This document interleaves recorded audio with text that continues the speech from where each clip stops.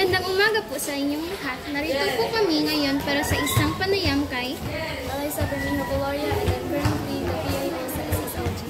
Sa panayam na ito, ating tatalakayin ang kaniyang pangitain para sa SSLG. Unang tanong, ano ang reaction mo nung napili ka bilang SSLG PIO? For me, happy kay ko aton. It's because sa pagkadaog na ako, nasabta na ako nga, damoy ni boto na ako. And for me, it's not just about the votes, it's about sa mga people na ni-trust na ako, nga kabuhat na ako responsibility of works. Ano ang mga pinaghirapan mo sa nakaraan at paano mo ito nalampasan? Maaari ka bang magbigay ng isang konkretong halimbawa? So, first ato ang Samoa campaign. It requires public speaking and for me, mahadlok yung public speaking and that is why I tried my best na ma-confident jud and ma-convince ang mga tao. Third question. Ano ang iyong pangunahing advice para sa SSLG sa susunod na taon? Ano naman ang mga konkretong hakbang na gagawin mo para makamit? Ako lang advice sa mga next na SSLG officers is that bisag maon sa may mahitabo, dapat mo-communicate jud ka sa imuha fellow officers. It's because there are times man jud na magka-misunderstanding mo mismo sa inyong mga officers and that is why makakause na siya big argument or chaos. Paano mo planong makipagtulungan sa ibang mga opisyal ng SSLG, lalo na ng President?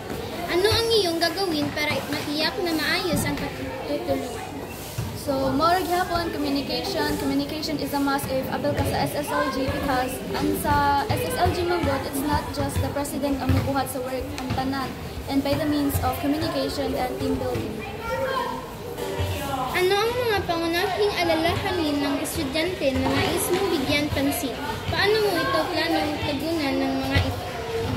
So, ang issue nga ako nakita is ang littering due diri sa eskwelahan, especially ato sa gate kapita. So, pwede in a way nga maka-fix na namo sa SSLG, pwede may makikooperate sa YesO and since environmental man sila, makatabang sila at the same time, hatagan na mag-action. Paano mo susukatin ang tagumpay ng iyong paglilingkod bilang SSLG PIO? By the means sa work nga mo na buhat. So, katong work na nabuhat, para to siya sa school and other programs nga nahimo na mo as SSLG, di lang as PIO ba sa team. Maraming salamat po, PIO. Maraming salamat po, PIO. Maraming salamat po, PIO Alyssa B. Gloria, sa inyong oras at sa inyong mga makabuhluhang sagot. Labos naming pinaghahalagahan ang inyong pananaw at plano para sa SSLG. Nasahan namin ang inyong patagumpay